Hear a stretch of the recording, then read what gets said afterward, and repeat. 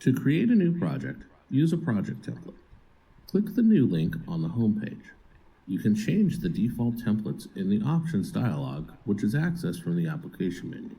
Here, we'll browse to a specific template used for this tutorial. When first starting a project, it's a good idea to establish level datums, which provide a framework to start building your model. To see the levels in your project and place new ones, you must first be in an elevation or a section view. In this case, open the south elevation by double-clicking it in the project browser. Notice that 2 levels have been defined for this project. You will want to rename these existing levels to reflect your own project naming scheme. To rename a level in the view, you select the level, click its name, and enter a new name. When you rename the levels, you are asked whether you also want to rename the corresponding views, that is, the plan view and the reflected ceiling views associated with this level. Click Yes to automatically change the names of those views in the project browser. As an alternative to renaming the level in the drawing area, you can right-click the name of the level in the project browser and select the Rename option. Again, you are asked about corresponding views and you click Yes.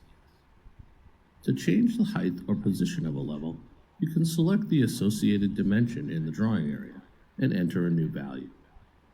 The level marker will move to the new position. To add a new level, select the Level 2 from the Architecture tab of the ribbon. When you use the Line Drawing tool, the level will snap into alignment with existing levels in the project. You can also use the temporary dimensions to help you position the level.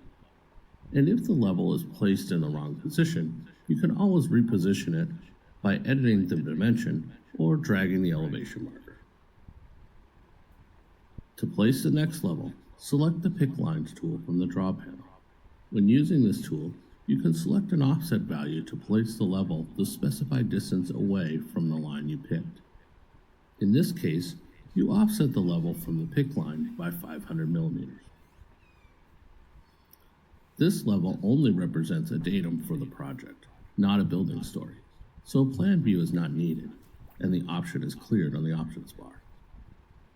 Because these 2 levels are very close to each other, click the Add Elbow control on the level line and adjust the position of the level head. The 2 new levels are now listed in the project browser where you can rename them using the right-click method. The project browser sorts the levels by numerical or alphabetical order by default. In this example, the naming scheme begins with a 0 and a number to keep the levels organized in the project browser.